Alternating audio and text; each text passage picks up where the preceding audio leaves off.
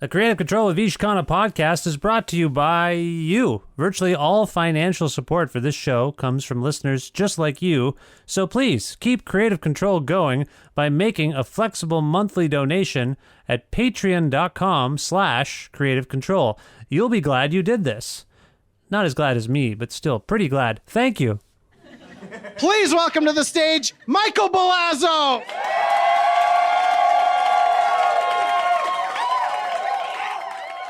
Michael Balazo is an extremely funny person based in the city of Toronto, Ontario. The co-host of one of my favorite podcasts, the Landlord and Tenant Pod Mess, Balazo finally released his long-awaited debut stand-up album in 2020.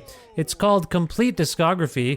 It's out now, and it prompted Mike and I to have a chat on a summer day about the state of Toronto during the COVID-19 pandemic, his interest in and vocational pursuit of niche comedy, being an optimist in a dark time, The Red Green Show, Nirvana, future plans, and much more. A part of the Entertainment One network with the support of listeners like you who follow and subscribe to this podcast and spread the word about it and make flexible monthly donations at patreon.com/Creative Control, and Massey Hall's concert film series live at masseyhall.com, where you can stream dozens of 30-minute films for free, including performances by past podcast guests like Destroyer, plus in-kind support from Pizza Trocadero, The Bookshelf, and Planet Bean Coffee in Guelph, and Granddad's Donuts in Hamilton. This is the 568th episode of Creative Control, featuring the still extremely funny Michael Balazo with your host, me, Vish Khanna.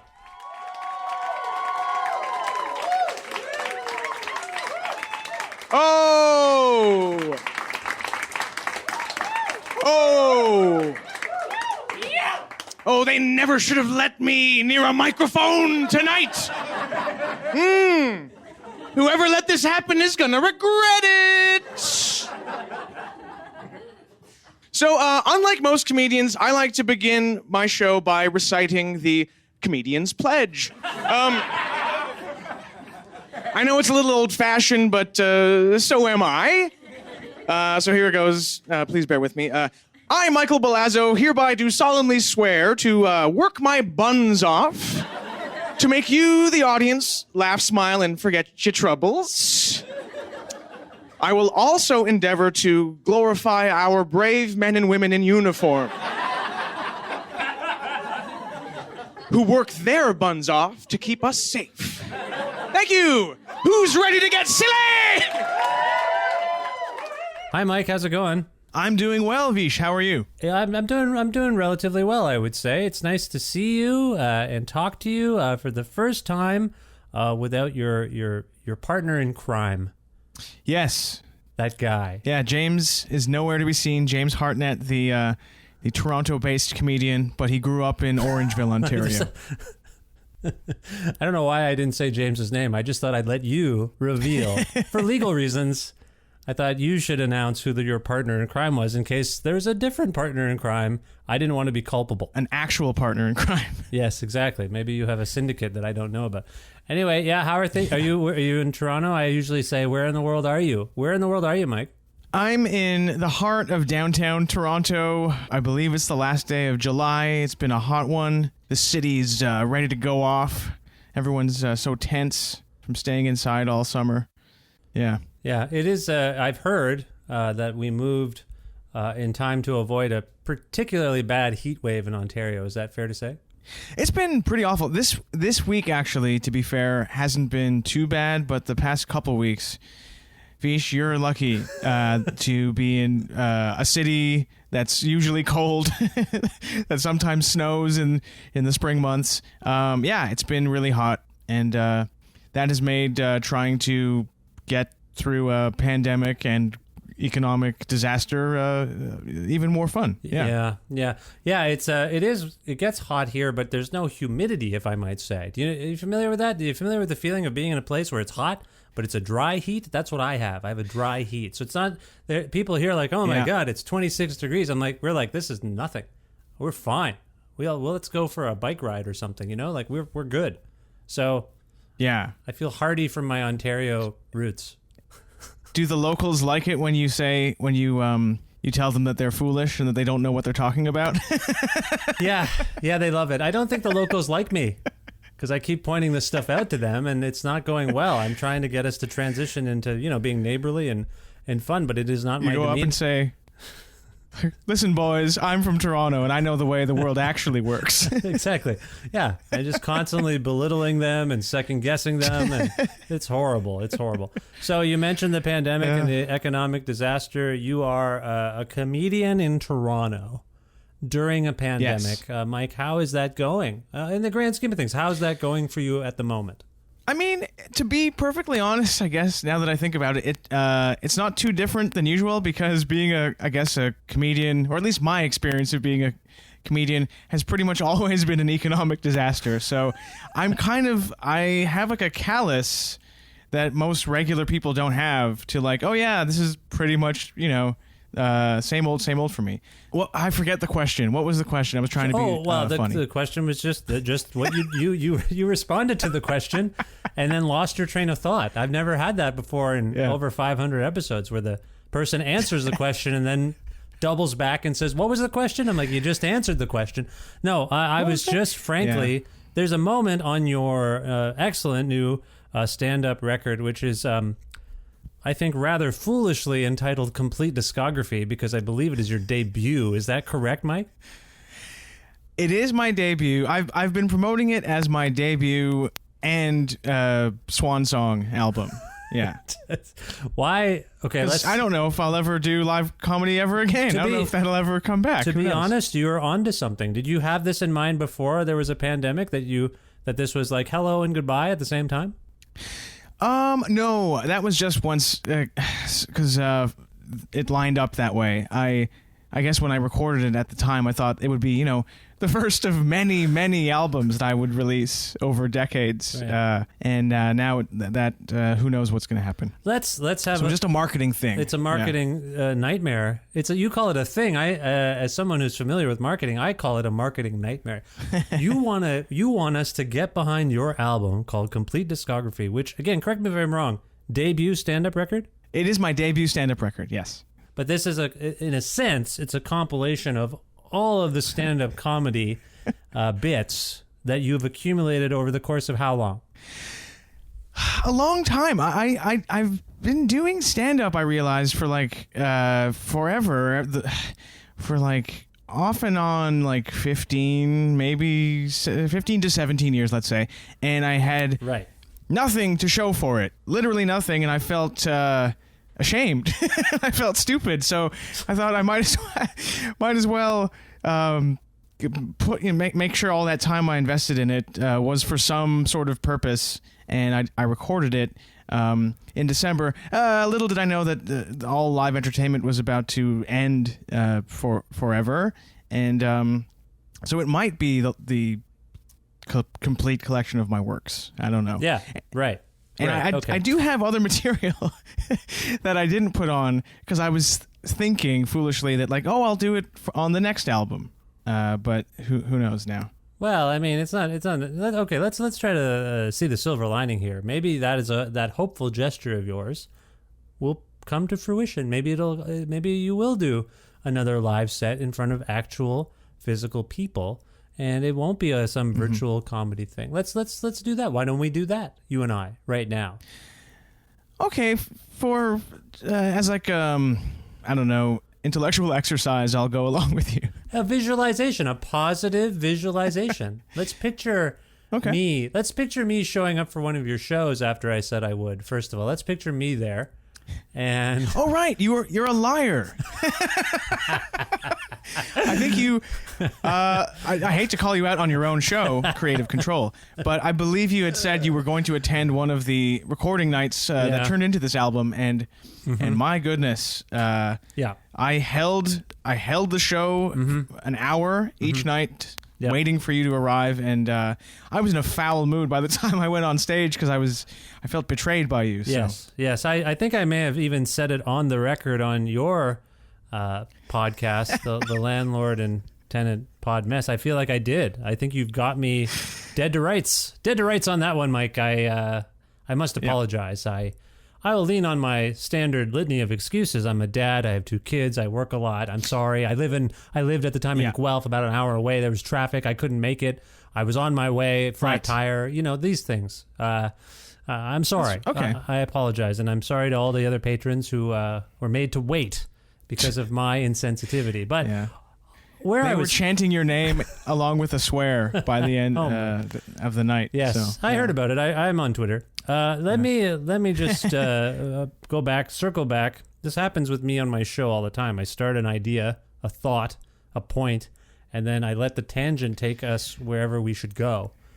And my point was that on your record, Complete Discography, you make a point of highlighting the fact that it is a disastrous time, at the time in December, for you personally to be a comedian, because just not really viable for you.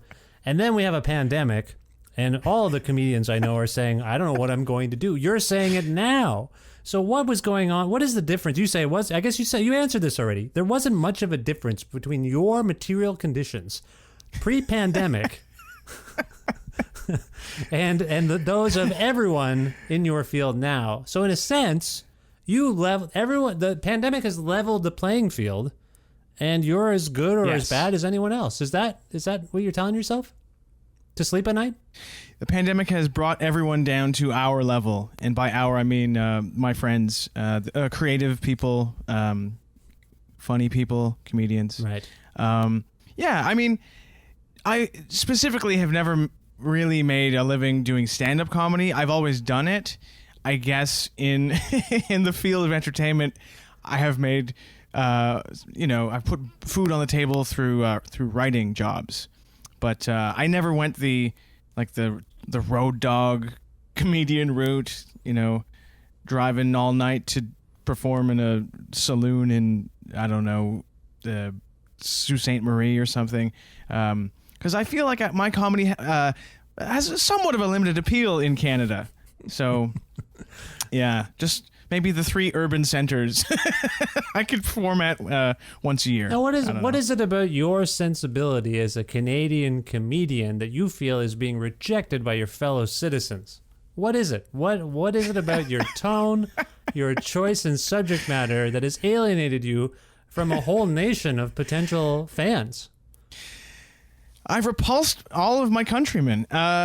It might be a physical thing. I might just be distasteful to look at. No, you're a handsome man. I don't know. I can see you right now. You're a very handsome man. I've encountered you in public many times. Thank you. I believe this might be your first appearance on the show where I didn't take the risk of putting you in front of a live audience. I think you've only been on the show for live tapings, which should say something to you about yourself. Do you think me as a producer would put a person who looks disgusting in front of my audience? Why would I do that? No, I want good-looking people on stage. You should feel good. You're one of my favorite live taping guests, is what I'm saying. Well, thank you. And now that you bring that up, it is funny that I've only been involved with this show, A, with my podcasting partner, and B, only at at Toronto's Australian Arts Club, the Transact Club, where you recorded your live long winter creative control episodes. The Australian and New Zealand, I believe, that's Transact. Arts and Social correct. Club. That's correct. I don't remember what all those letters stand for, but New Zealand is in there. So yes, let's not further ostracise a fan base in another nation. I'm trying to help you here, Mike. So let's not do that. Well, thank you. No, what is it? What is it about you and your comedy that isn't resonating? And this is a hard question. It's becoming a guidance counselor's meeting. But I think you're hilarious. Your album is fantastic. Why isn't it reaching the masses, so to speak? I feel like it's like that classic thing of Canada's too big and the population is too small, and so there's a general there's no room for niche comedy. And by niche comedy, I mean me and all my comedy friends, I guess, grew up liking Kids in the Hall, SCTV, Mr. Show, and then Tim and Eric and stuff like that. And I feel that that kind of thing, those are niche shows. They don't appeal to hockey people who like to barbecue and drink and drive and stuff like that, which is most of Canada, to be quite frank. Well, it's interesting you bring up some success stories in niche comedy there. You've brought up some people who did transcend a little bit. Invariably, all of them have stories of being, canceled or low ratings. Like it kind of bears out what you're saying, but I would assume those kinds of comedians give you hope, right? Like I think everyone you described has been on this show, and I've gotten to talk to them, like members of Kids in the Hall, Tim and Eric. Maybe no one from SCTV. I have talked to Martin Short, but not for this show. But no one really from SCTV. But all this to say, those people mean a lot to me, and they inspired me to think differently about comedy, and we view them, I think, as successful, like that top tier of niche comedy success. And maybe, is it just luck? How does that happen? What is going on there? I think the factor we're not acknowledging here is that all of that success happened because of a little country called the United States of America, including the Kids in the Hall. America does have room for niche comedy, or like the UK does. And I don't know, I guess there are some examples that I am ignoring, like Trailer Park Boys, but that has like an international following, or things like Nirvana, the band, the show had a good run. But I guess what I'm saying is that I'm bitter. Yeah, that's kind of what I was trying to get at there. I think you're unheralded. You got it out unheralded and unappreciated. I will say that. I agree. I agree on some level. But I noticed a lot of my heroes though, and a lot of the art or music that I gravitate toward, I've realized recently, they are like very unpopular, like kind of. Do you know the band Felt? This British band Felt. Yeah. That were like contemporaries with like the Smiths and New Order and stuff, and they're amazing, but they were just like complete commercial failures.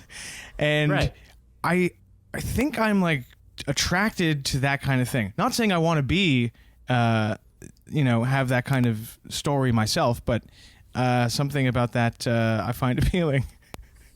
Well, I think you're also, like you mentioned Felt, and I think of the Damned. Like when the Sex Pistols and the Clash, kind of everyone vaguely has some sense of who they are. Meanwhile, the Damned were just as good, if not better, than a couple of those bands. Relatively unheralded, but they're still around, which is something. That's a testament. And you mentioned niche comedians. Like I was just watching the Eddie Pepitone special the other day. Right. And here's a guy who is kind of on the margins. Like he is what they would call a comedian's comedian, or what have you. Like the people in the art form are like, this is the guy, this is the person, that we should be. That's what I wanted to be, and for some reason I've transcended that fame-wise. Like Patton Oswalt is someone who's often championing the people that mean the most to him. And so, and I think like people like Eddie Pepitone, George Wallace is great on Twitter, like an older comedian. And I feel like they're hanging in there. They keep going, and they keep doing stuff. And and I think if you stick to it, Mike, that's your future. This has turned into a pep talk, and I don't like it. I'm sorry, but I appreciate it.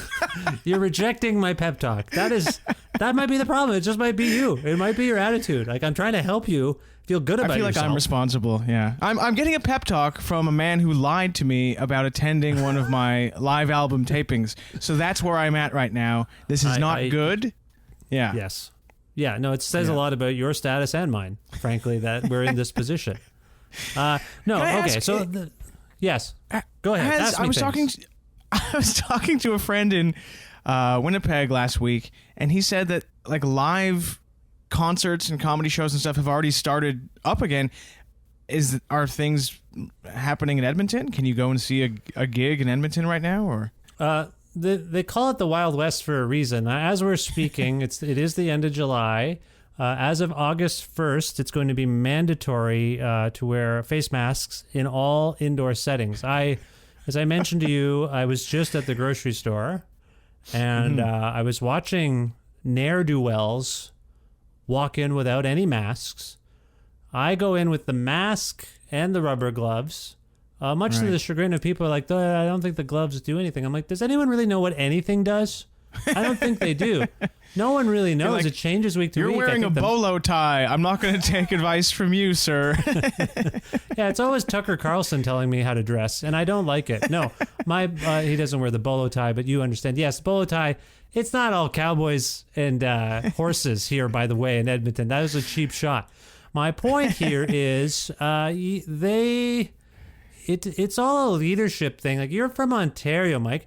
Your leader there, your premier, Doug Ford, has somehow emerged as vaguely, I think, a hero during the pandemic. And I'll tell you, that guy is one of the reasons I said I'm sick of Ontario. I can't do this anymore. Let's look elsewhere. And I mean, Right. I'm in Alberta, which is arguably in a worse political. It's the least popular premier in the country is this ultra-conservative fella here in Alberta. So I didn't exactly run towards the right hills, but it is a leadership thing. So Edmonton's cracking down now. There was a city council vote. As of August 1st, everyone's going to wear masks inside. People are going to lose their minds. In terms of events, I don't exactly know because I don't know. Okay. You do live, you're an entertainer and you do live shows, partially to sustain yourself as a comedian. And I am a concert goer primarily. When I was in Ontario, I don't know if you and I were in the same rooms for any of these, but once or twice a week, Mike, I would go to a show. I would travel to Toronto. Right. And I haven't done that since the crackdown. I've been to 2 or 3 shows in Edmonton since we moved here, and then they shut everything down. Don't miss it. Don't miss it at all. People are like, I don't. I really don't. I feel bad for the musicians who are struggling, but I don't miss I haven't had a chance to stop and think, man, it'd be great to go to a show right now. It's nothing to do with the experience. There's bigger things going on. Don't you find that a little bit? Yeah, I guess now that I think about it, I don't really miss going to live music or like concerts and stuff. And you're a huge you're a big music fan, right? I love the damn stuff. But yeah, I don't really miss going to shows. Just like standing 2 hours, usually it gets less and less fun unless it's someone you really have been waiting to see or I think I miss movies and going to comedy shows more than anything else. The last concert I saw was Destroyer in Toronto at the Opera House, and I was surprised it went on because like it was already, I believe, the beginning of March when the idea of coronavirus was already in the news. But the concert was great. It was full. No one seems to have passed away. So you don't know. No one's tracking those people, the Destroyer fans. Yeah. No, okay. That's so sorry. Is it loosening up in Ontario, or are you asking me this because that's not been your experience? The restrictions. No, they have. I don't think there's going to be any live music here for the rest of the year. They have announced that indoor performances with like no more than I think 50 or 100 people can restart, but what are you going to do? Go see Gordon Lightfoot in Massey Hall with 100 people spread out throughout the whole beautiful concert hall. And then he gets sick and you feel guilty about it for the rest of your life because you went? You killed... You're like you killed... Yeah, I don't want to be responsible for killing Gordon Lightfoot. Yeah. You know what I mean? So I'm trying to not go to stuff, but I feel bad. Like, you are a performer. I assume this is eating into your bottom line. As we established already. A little bit, yeah. Not, more so. Again, I'll say is some like writing gigs that sort of are on hold until they find a way to do them again. That's a whole other kettle of fish. You're a writer, so writing for TV. Who have you written for? Anything we would know or anything like that?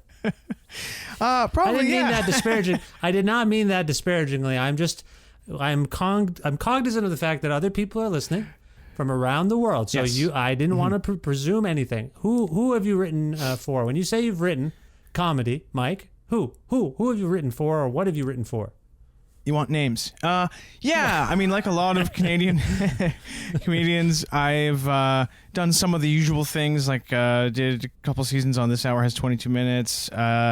I did a bit of the Beaverton, which was a CTV news satire show that unfortunately was canceled right after was it? its best season on record.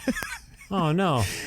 And I didn't realize it was. I've had those Beaverton people on this show, and we've chatted, and I'm sad to hear that. oh yeah, I mean the website I think is still chugging along, but the show was not renewed. I did a brief stint on some other shows, but yeah, but I was supposed to be on a new show that got sort of delayed thanks to Mr. COVID. So Yeah, this is where I was go. Oh, what? What? You got something? another thing, not a TV show, but your listeners may know it. The CBC show This Is That, the radio show. I worked on that as well. That was a funny show produced by my old colleague Chris Kelly, actually. Oh, hey Chris. From my CBC days, yeah. I broached this. This is going to start to get depressing. I just want to warn everybody listening right now, because we've got a stand-up comedian on the show. I don't know if you're just tuning into this podcast. I know you've been flipping the dials, but we have a comedian on the show today named Michael Balazo, and he is a stand-up comedian. There is no stand-up comedy occurring at the moment, and now his backup plan is to write comedy for various productions. I assume, Mike, it's fair to say most of those productions are on hold, probably indefinitely, correct? That seems to be the case. Although I do have friends who keep telling me that they're working, and I'm like, what? What do you mean? But yeah, I'm some of the shows they're slowly trying to figure out a way, I think, to shoot things or hold read-throughs in a way that doesn't get people sick. Right. Now you have a self-produced, self-made podcast, which is good. I mean, that gives you that outlet. I know from my own experience, that's not something that can always pay. Does that pay any of your bills? It's getting weird. I'm sorry. I don't mean to. This is not a financial. Do you want me to send you my banking information?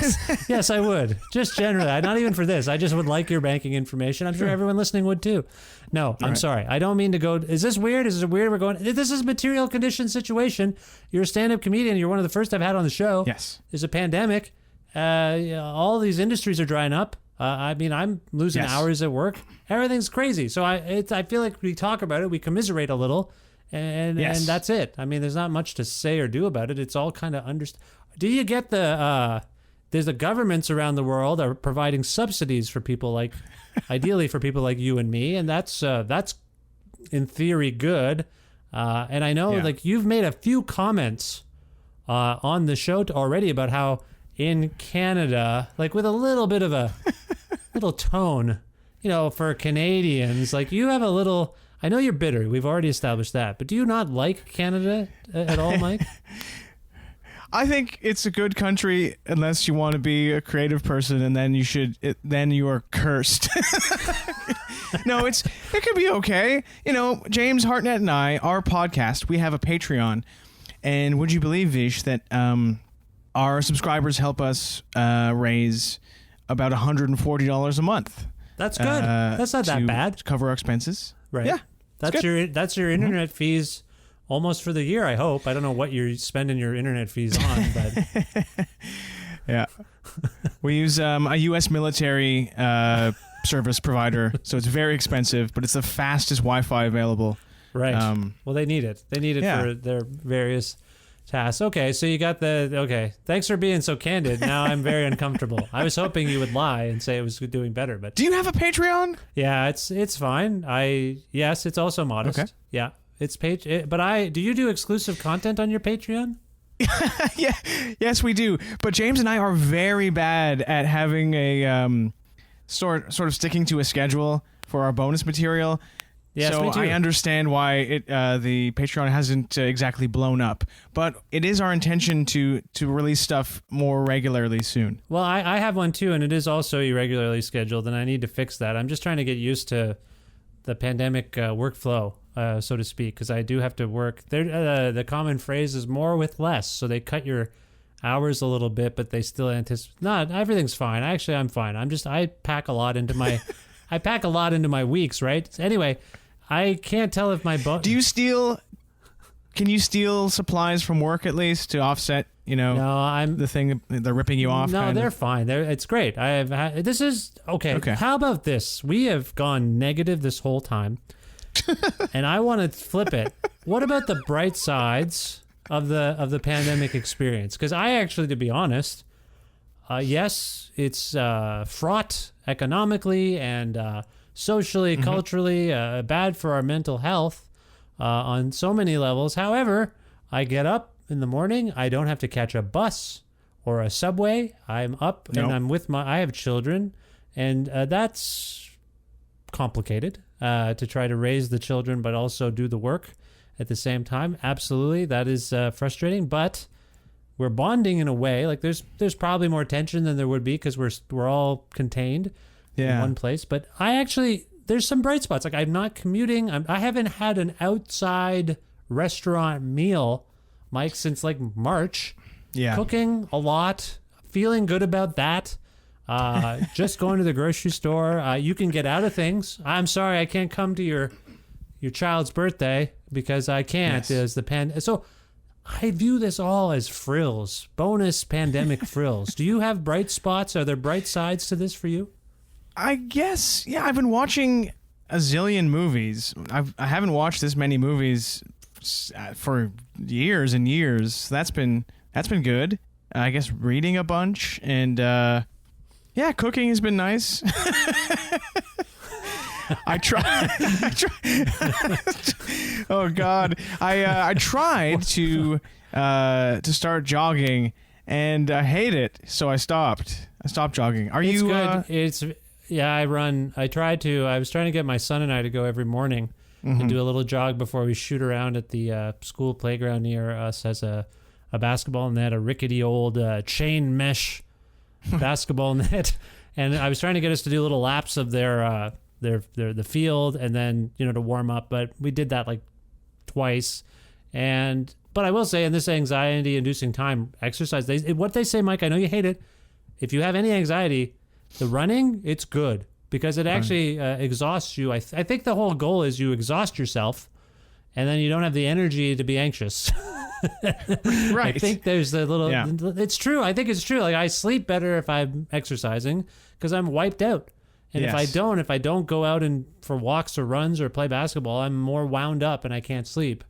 And then that affects the next day because you're not well rested. So does that help you? Now this is great. I feel like this is a comprehensive Mike Balazo makeover interview. We've covered my finances. Now we're going to health. Who knows where this will end? Spirituality. I don't know.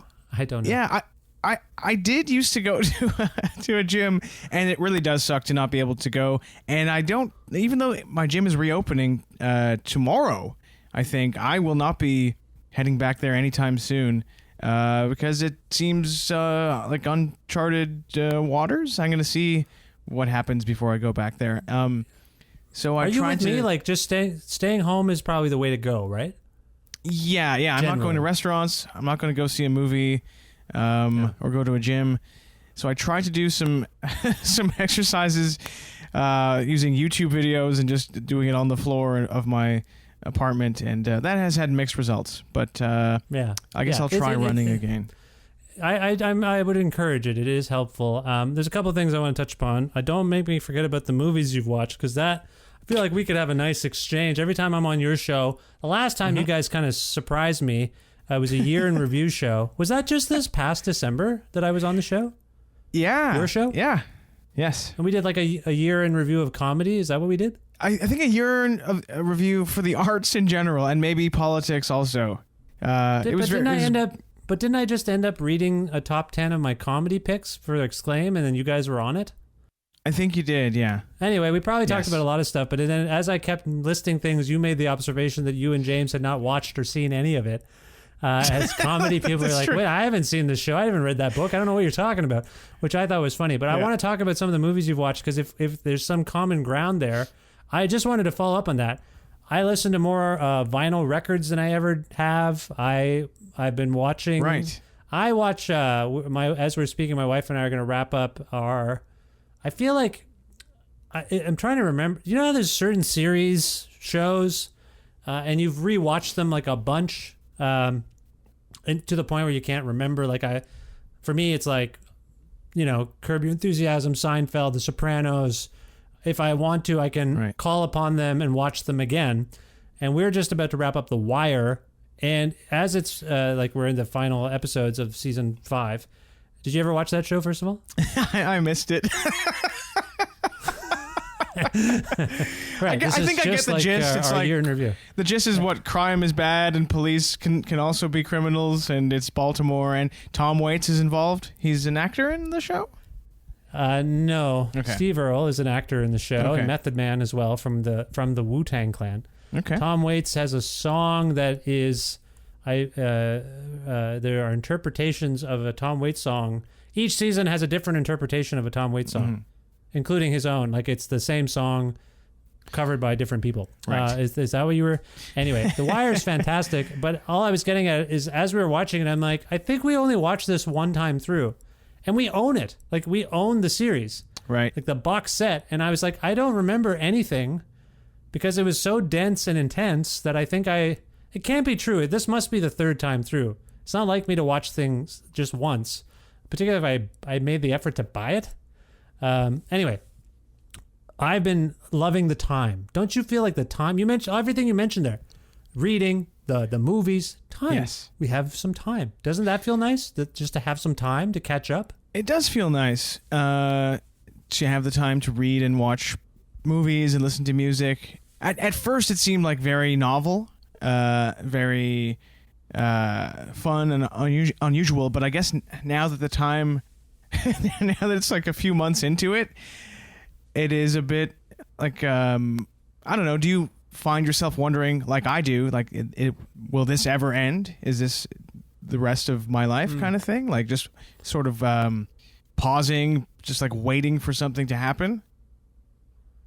No, because I learned the hard way from... No, I don't, because I learned the hard way from a personal experience with my mom being ill, that what they said about my mom's illness at the beginning was, here's our plan, it's going to take around this long, and at the end of it, we should be okay. But all we heard was, here's the plan. And so every month we fretted and were worried. And then when it was sort of over, so to speak, I mean, with cancer, it's never quite over in that it could come back. But when everything was said and done, and I could see through everything that had happened, I'm like, this is exactly what they said was going to happen.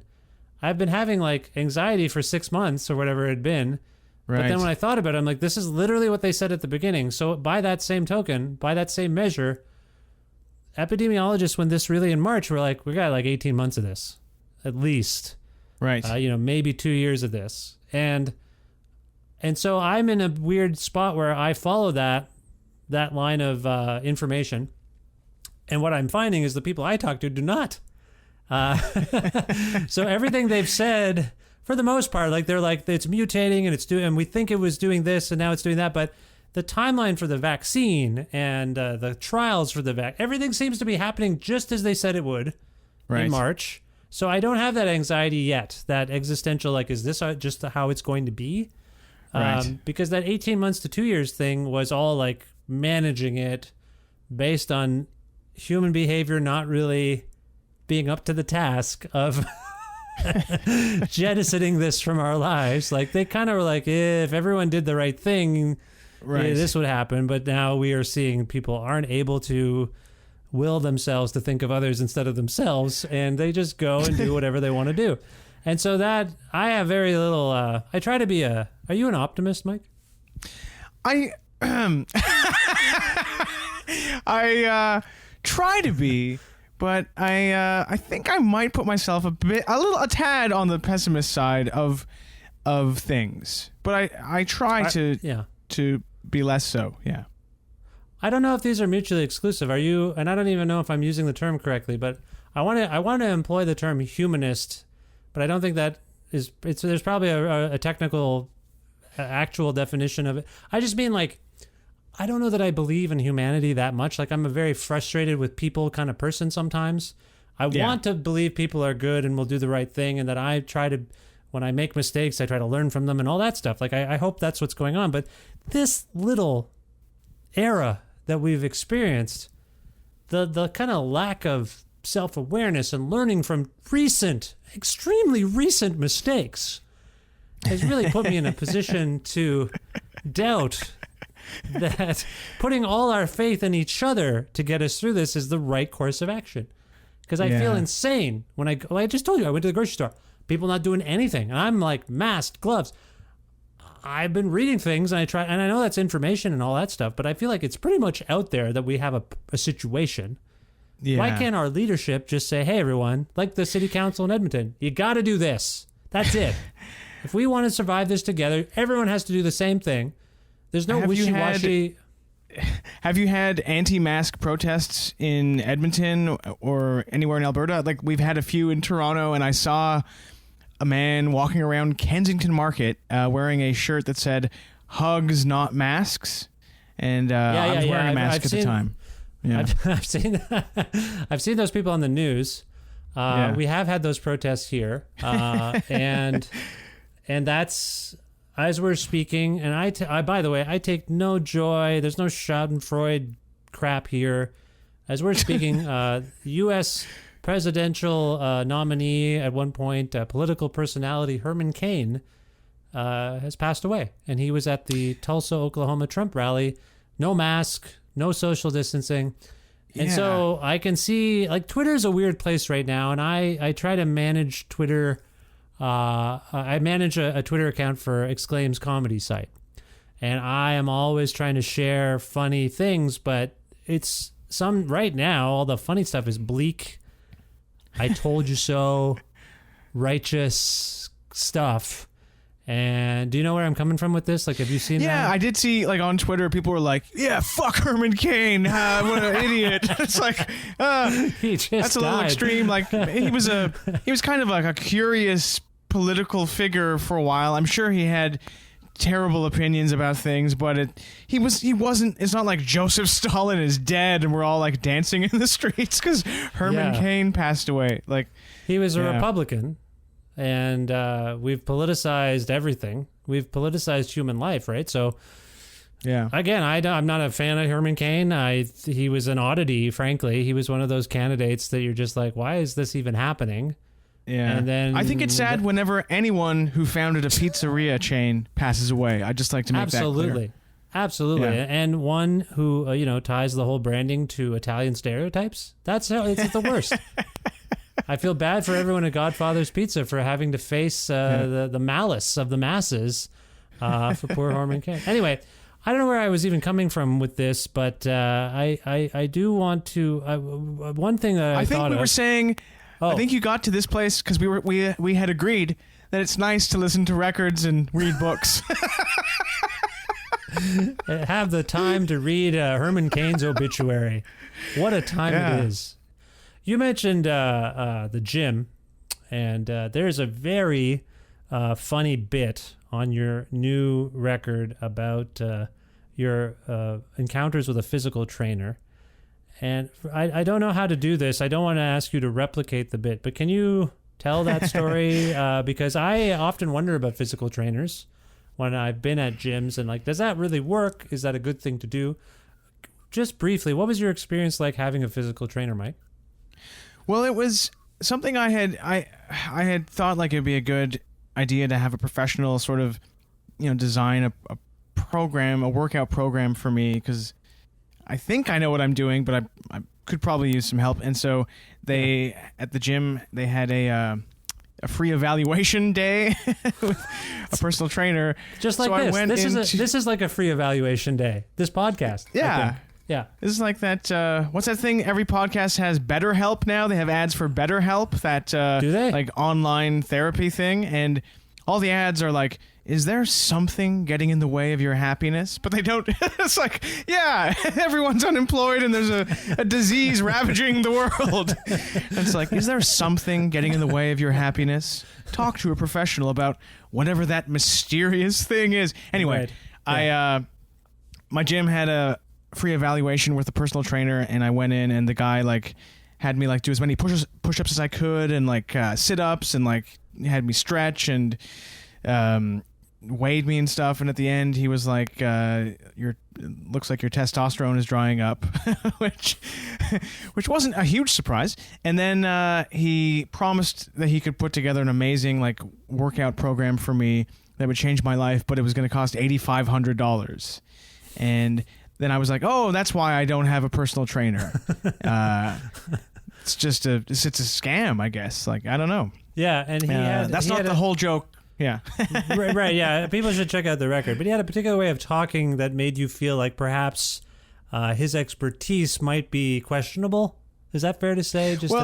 In the bit, I impersonate him, and I give him a dumb man voice. It's like a dumb guy voice, because he's just a big, dumb, muscle-bound guy who's not very smart.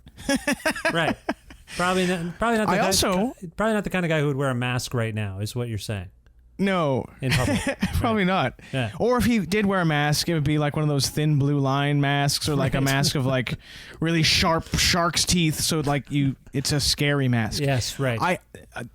Not this guy in the bit, but I had another personal trainer interaction once where I was in my gym, and a sort of like enterprising personal trainer came up and just introduced himself to me, and he was like, "Hey, I can give you a tip on how you can do that better."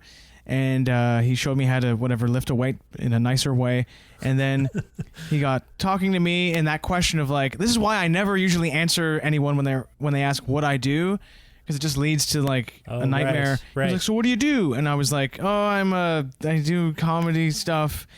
And then this like 400-pound gigantic like humorless man was like, "I'm actually very interested in stand-up comedy, and I actually have some material. I'd love to take you out for a pizza and a beer, and run my material by you, and get some honest feedback."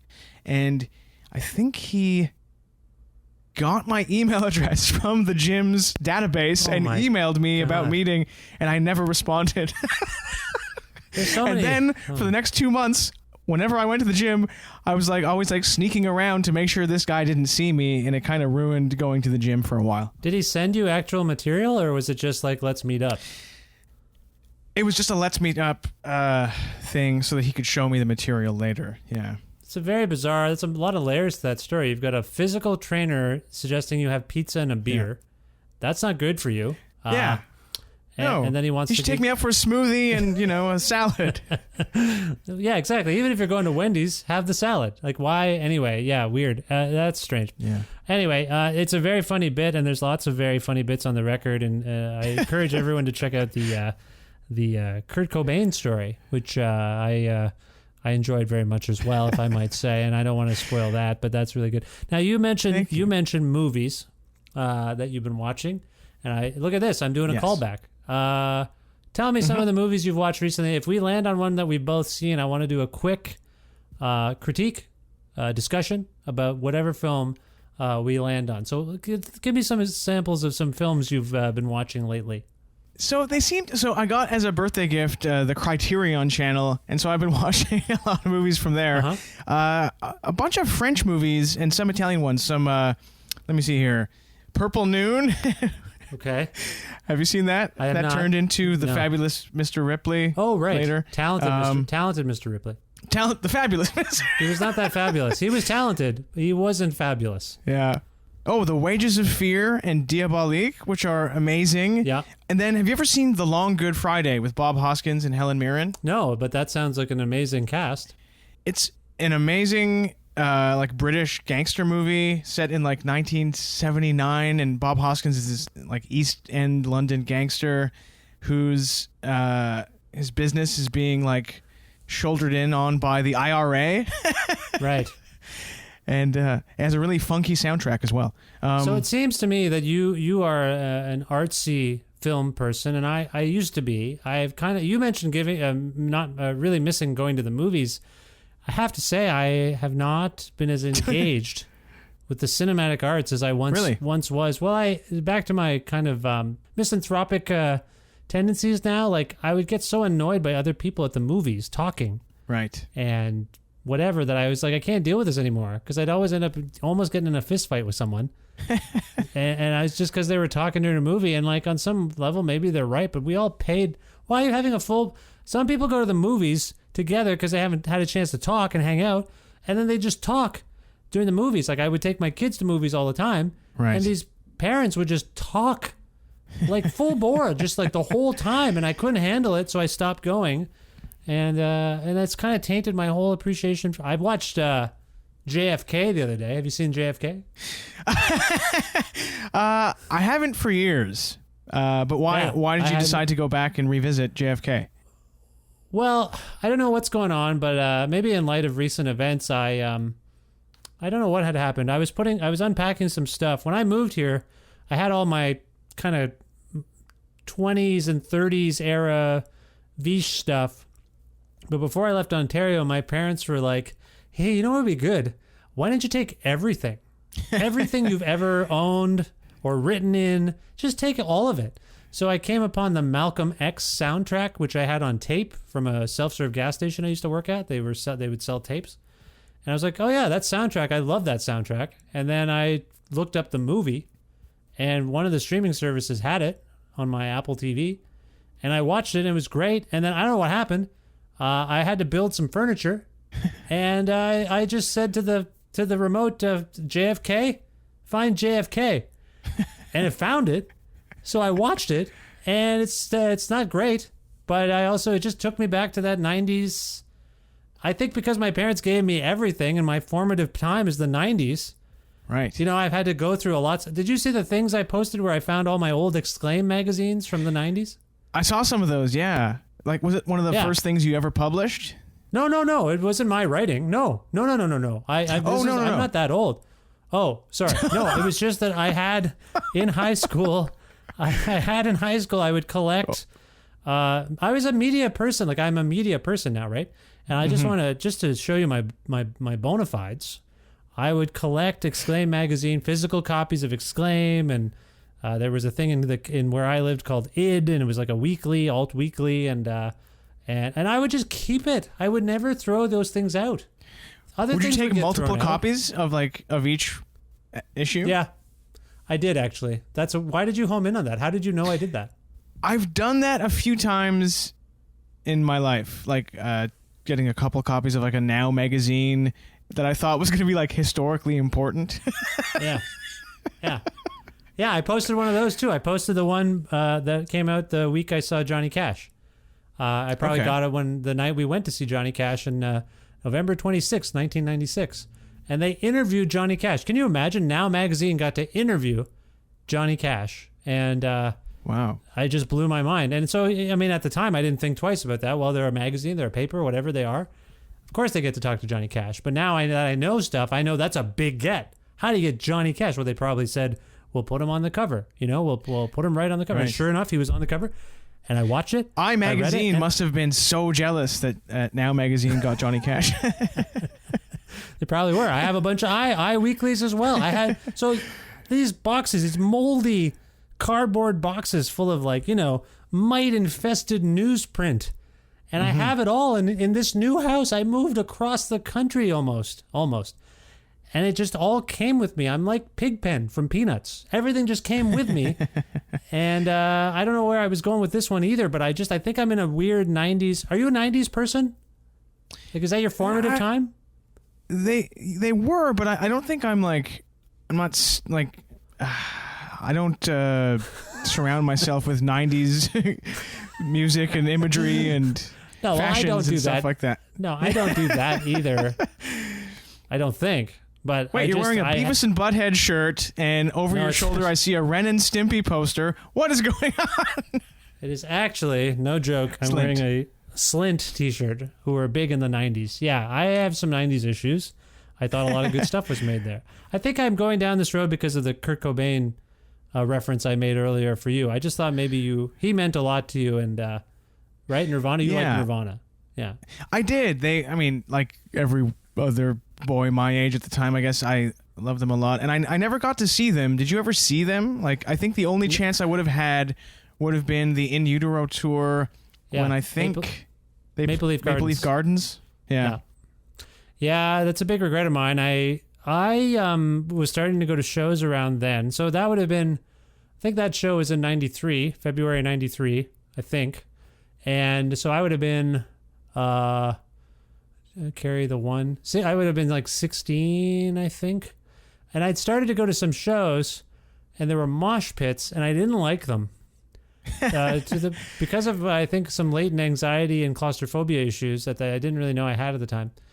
Plus, you had all that printed material, and you didn't want it to get ripped and jostled. That's right. That's right. I carried a garbage bag full of Exclaim magazines with me everywhere I went. And so I didn't want them to get wrecked. Just because I like to stay informed. And this was before smartphones. That was me. I was ahead of my time. By the way, also, I was YouTube. I also have uncovered all these VHS tapes. I would tape clips, bands on shows. I have all of it. It's all here. So any like Pavement on some show, it's down in my basement when they were on Conan. And you know what? I feel like there's no, like, you have all that Exclaim and Now Magazine stuff and all these old clips.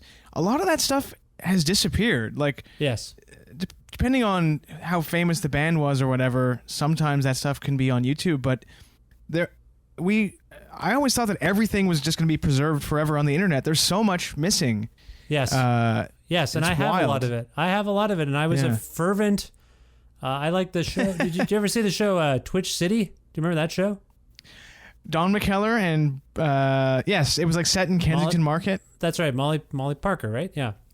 And I taped all of those. Taped every episode of those, and I'm sure now you can get a nice DVD. It's probably on the Criterion channel or something. You probably get a nice. Please don't tell me that you have a big stack of VHS tapes of every episode of the Red Green Show that you transported across Canada. No, by the way, when I homed in on your film viewing, I thought we'd be talking about The Great Outdoors. I thought we'd be talking about Blues Brothers 2000. You have a Dan Aykroyd thing. You also have a Red Green thing. For those who don't know, who is Red Green, Mike? Please characterize who he is to the people who... Tell the people at home who Red Green is. Red Green, to put it, I guess simply, he's the top dog at the Possum Lodge. And he's a kind of crusty old guy who hangs out with his friends and... a lot of men, I guess, who are trying to avoid their wives, and they like to tinker with machines and build things, and they're not very good at it. Yeah. But they mean well. It's like a character. It was like a comedic character, right? That was that was the idea. He was a outdoorsy comedic Canadian icon, and you are vaguely obsessed with him. It just seemed to always be on in the background when I was a teenager and in my 20s, and I can't believe that it had such longevity, and now it's back. It's back from the grave as a podcast. Yes, aren't they charging people for it? You can only listen to the podcast if you pay.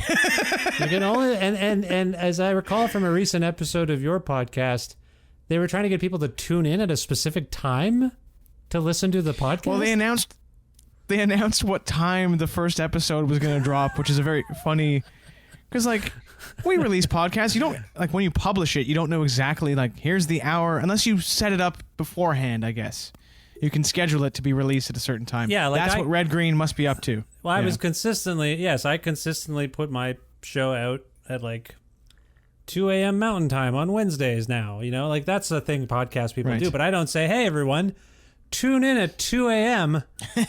to hear my podcast. And I heard you and James just riffing on that, and I thought it was very funny. Anyway, all this to say, I don't even know what we were talking about exactly, except that... Nirvana. The chance to see Nirvana, yeah, we both blew it. Thank you for catching me back up on wherever we left from. Yeah, I was so frightened. I didn't realize it was at Maple Leaf Gardens, which meant there were seats. And someone offered me a ticket. I'm like, I don't think I should. I don't want to be in a mosh pit. I'd had a traumatic experience, like, relatively recent. Maybe that past summer, I went to see, like, I think it was another roadside attraction with the Tragically Hip. Or was that after? Anyway, I don't remember the timeline. But there was a mosh pit, and I didn't like it. Like, being in a field when you're, like, you know, 14, 15 years old, and I was a chicken shit, and I don't like that stuff. I don't like it. I like punk, and I always avoided. I was like, why can't we just watch the thing? Why does there have to be like this thing where you take it over and ruin it for the people who just want to watch the show? I always hated that stuff. Anyway, all this to say, I know I never got to see them, and I regret it, and you didn't either. I never got to see them, but so now the Maple Leaf Gardens is a big Loblaws grocery store. That's right. Every now and then I stop in and just have a quiet moment in the cheese section and think about Kurt Cobain and my youth. You just stock up on some pennyroyal tea. Is that what you do? Is that that the deal? Mm-hmm. Yeah. Mm-hmm. Did you ever see any shows at Maple Leaf Gardens, by the way? Did I? I don't think I did. No, I remember seeing no, sir. Nothing. Okay, gotcha. No. I did see a couple shows there, but I saw the Tragically Hip and Change of Heart and the Odds on their Day for Night tour, and I saw the Beastie Boys. And it was supposed to be Bad Brains opening up, but there was some issue, and I forget who opened up on the Ill Communication tour. So I saw those things for sure. Do you think HR had some border troubles? No, absolutely. That's what we were told. There was border issues, and they couldn't get across. And there's I would have remembered if the Blues Explosion opened that show, but I thought the Blues Explosion took over a wing of that. John Spencer Blues Explosion. Do you know that band? I do. From the 90s. I really like them. Anyway, so that's all the stuff I saw. Anyway, these were a lot of weird tangents. I just wanted to say that I like your album, and this was a long way of saying that. Well, thank you, and I'm glad that we've gotten to a place of positivity in our chat, because we went to some dark places that I feel didn't represent me at my best. Really? And so now, do you regret the things you said? I regret coming on this show, and I regret answering your email to talk to you. All right, fine. That's fair. I regret all of it as well. I regret our relationship. Where can people go to learn more about your new album and you? Where would you? It's called Complete Discography. You are very funny on the Twitter, if I might say, among other places. But where would you like to send people to learn more about all of this? I guess Twitter is probably the best place. So my Twitter handle is @mbalazo, MBALAZO, and I think my pinned tweet is a link to the album. Okay. And I made a silly little video to promote the album, and that's probably the best way. Twitter. Okay, and the podcast that you put all your heart and soul into? The Landlord and Tenant Pod Mess, the podcast. It's a comedy podcast with a premise that James Hartnett, who's a very funny comedian, is my landlord, and I am his tenant. And we have comedians and musicians and guests. We've had even a man by the name of Vish Khanna on 2 times. And you can find the link to that in my Twitter bio as well, @mbalazo. Now, is there any chance I can come back to the show? It's not in my hands. James makes all the booking decisions, but I'll put in a word for you. I think we can make it happen, because this seems to have gone well by doing it through Zoom. So we could 2 minutes later, just 2 minutes earlier, you said it did not go well and that you regretted everything you said. Now you're saying it went well. Technologically, it went well. So that's that's the threshold. Okay, I can't tell if podcast James Hartnett is actually a big fan of mine. I feel like we're also, whenever I'm on the show, I tend to take your side of that dynamic, and I wonder if he's going to veto me appearing on the show again. Well, it's up to him. I'm sure you can convince him. Okay. Because all right, you represent the elusive West Coast demographic that we're trying to attract. So you hold a lot of sway out there. I was getting concerned about the demographic direction that you were going in there in terms of what I represent for your show, but I mean, Albertans, sure. Okay, just prairie people. Sure. Yeah, just making sure. I'm not doing a count of how many East Indians you've had on the show or anything. It's not any kind of stat thing I'm doing. I wasn't sure. If there's a track, Michael, from your album that we can play for people so they can get some... I've given them a little flavor already, but if there's something that we can put out into the world at the end here, what would you recommend? I guess, that Kurt Cobain track is a good little taster, a good example of what I can do when I've got that mic in my hands, and that's probably the one. Kurt Cobain. Okay, we kind of talked about it a bit. By the way, I didn't even ask your permission. Is it permissible? you chose something, and that sort of implicitly suggests it's permissible. Oh. But can I play something from Interesting. Complete Discography? I hold yeah, you hold all the cards right now. Can you? Please? I hold all the cards. I feel very powerful. You know what? Yeah, you can play a track from my album. Please do. I'd say either the Kurt Cobain one or maybe the Jim one because we talked about it earlier. Either of those is great. They're actually right beside each other on your album, I think, aren't they? Is it the? Well, I'll make a decision right now and give people a flavor for this excellent new record. Complete Discography by Michael Balazo. Mike, thanks so much for being back on the show and for chatting with me. And I hope this was fun, and best of luck in the future. Oh, thanks so much for having me. This was super fun. And thanks for helping me spread the word about my album. Controversial music opinion.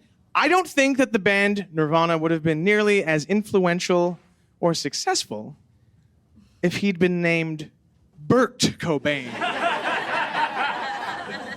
Right? Come at me.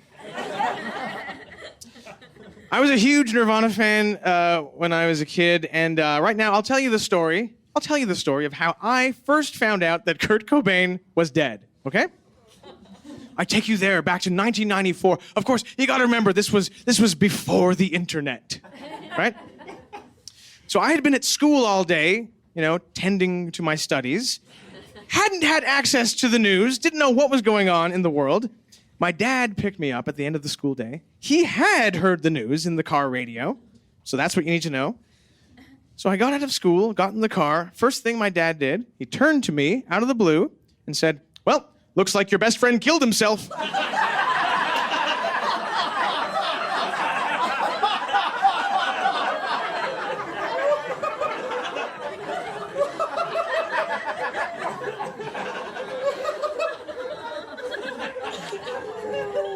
And I, not having heard the news that day, my reaction was like, Dave? This is my best friend at the time, this guy Dave. To be honest, he was a bit of a nerd. Not very popular, didn't have a lot going on in his life. And I was like, oh, maybe he, did the honorable thing. Nip it in the bud. But then, no, my dad told me that Kurt Cobain had blown his head away, and I never forgave Dave. What a stinker. Dave, let's all boo Dave. 1, 2, 3, boo. Fuck Dave. Yeah. My people.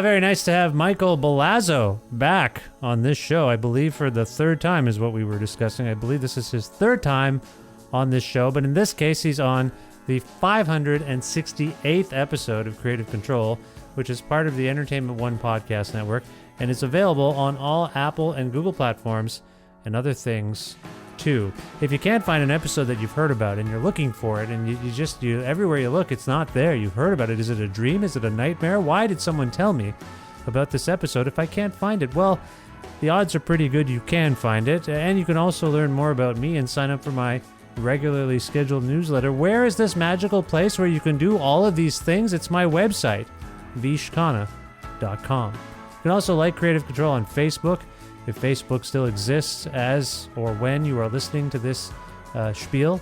You can follow us on Twitter at VishCreative or follow me directly at VishKhanna.